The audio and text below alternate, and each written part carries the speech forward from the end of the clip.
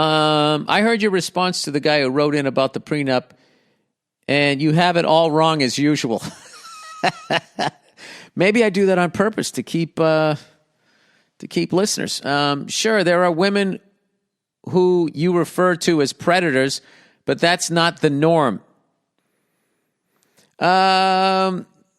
What's more, I'm assuming this is a woman. I shouldn't do that. What's more likely to happen is this guy will continue to kill it with his business, and years of resentment will slowly build about some bullshit like they do in all marriages, and things will fall apart. That's not her being a predator. That's just life. Wait a second. So, if one person is killing it in the marriage and the other person resents them for it, that's not the resentful person needing to work on themselves. That's just life. Are they ever held responsible for anything?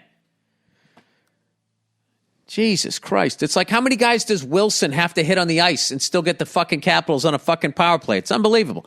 That's not her being a predator, just life. So this poor bastard will work his tail off, giving her a great life, and she'll be pissed about some bullshit, and things will fall apart. Either way, this guy is getting screwed, I guess. I make way more money than my wife and resent her every day for it, so I guess that shit goes both ways. Oh, you resent her? Yeah. Yeah, because you still, there's like, dude, I know what you're talking about. Better advice would have been, don't get married before you're 40. Well, I at least did that. Also, Boston is a dirty place, and go fuck yourself. I actually have a fucking theory that I think women always look for a problem in the relationship because it's how they maintain a sense of control. Because if it's just going well and you're doing well and you don't have anything to work on, or you guys don't have anything to work out, I think they feel like there's no connection there, you're going to get bored or whatever. But, you know, my wife is amazing, but I've even had to have those conversations. It's like, can I go 3 days without being in the doghouse? I mean, what is the fucking problem? Look at that flat screen TV. Huh? What is the fucking problem? I tell shit jokes and we get to live here.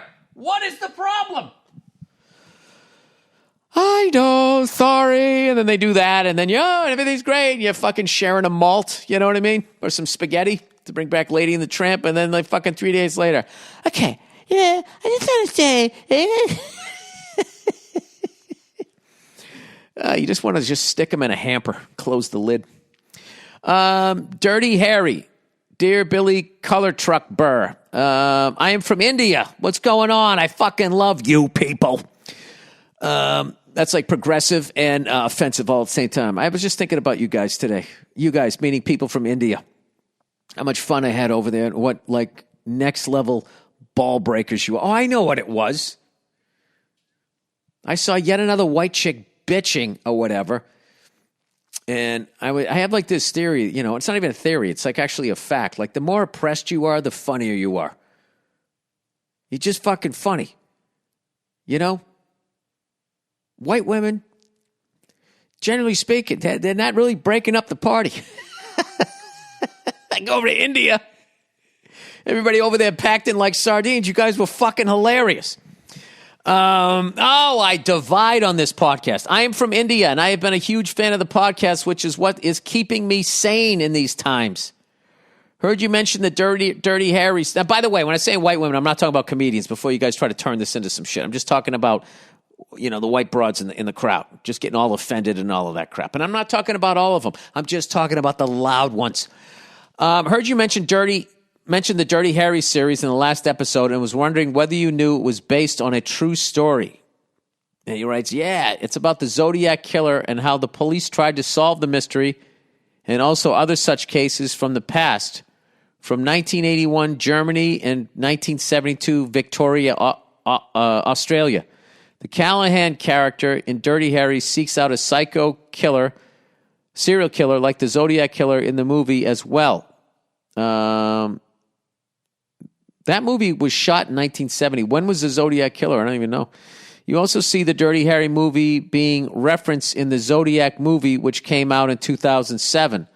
Also, since you mentioned the 40 drives in Dirty Harry, thought you might find it cool to know about Clint Eastwood's car collection.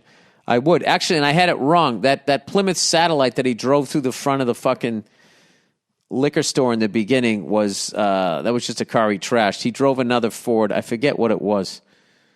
In the what was that one called? The Enforcer. Clint Eastwood's car collection will make your day. All right, let me see it. Ford Roadster, 1932. Is he a Ford guy? Just when I couldn't love this guy anymore. Lincoln K Series convertible, 1937. Now, he's born in 1930. So these are all the cars from his childhood. Austin Healey, 100M. I don't know what that means. 1955. Can I get some pictures here? Cadillac Eldorado, Series 62. I already know what that one looks like. Convertible, 1955. Oh, because I'm on the wrong fucking... Christ, is he on that internet? I'm on the wrong fucking Wi-Fi here. All right, let's see what I got here. There we go. Look at Clint. How could this guy not be a fucking movie star? 1932 Roadster. Look at that badass thing. I can't believe he can get in there. Guy's like 6'4". I don't have too much of a man crush on him. Lincoln K Series convertible. It's like a classic, that's either a mob boss or the mayor of a filthy town car. Austin Healey, that 55 is amazing. Amazing car. Yep, and that Cadillac Eldorado Series 62 1955 is one of the best-looking Cadillacs ever made. Two-door. God, that's gorgeous. Gorgeous car. Jaguar XK 150 Roadster, 1960. My favorite Jag is the one that Steve McQueen had in the 1950s, whatever that one is.